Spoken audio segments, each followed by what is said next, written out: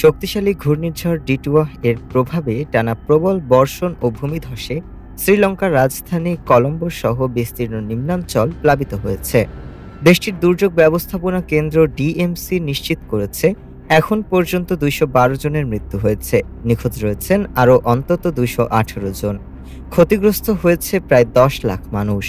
Reuters জানায়, ঘূর্ণিঝড়ের কারণে মধ্যাঞ্চল সবচেয়ে ভয়াবহভাবে বিধ্বস্ত হয়েছে।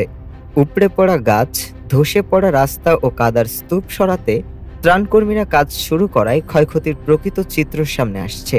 প্রায় ২ লাখ মানুষ নিরাপদ আশ্রয়ের খোঁজে ১,২৭৫টি আশ্রয়কেন্দ্রে অবস্থান নিয়েছে। শনিবার থেকে ক্যালানি নদীর পানি অস্বাভাবিকভাবে বেড়ে কলম্বোর উত্তরাঞ্চল ডুবে যায়। বাধ্যতামূলকভাবে বাসিন্দাদের সরিয়ে নেওয়ার নির্দেশ দেয় প্রশাসন।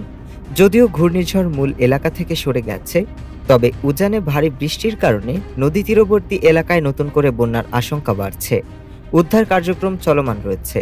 ২৪,০০০-এর বেশি পুলিশ, সেনা ও বিমান বাহিনীর সদস্য বন্যায় আটকে পড়া পরিবারগুলোর কাছে পৌঁছানোর চেষ্টা করছেন। পূর্বাঞ্চলে মালিভ আরু জলধারার বাঁধ ভেঙে পানি ঢোকার পর বিমান বাহিনী হেলিকপ্টারে করে ১২০ জনকে উদ্ধার করেছে। প্রায় ২,০০০ মানুষকে উঁচু স্থানে সরিয়ে নেওয়া হয়েছে।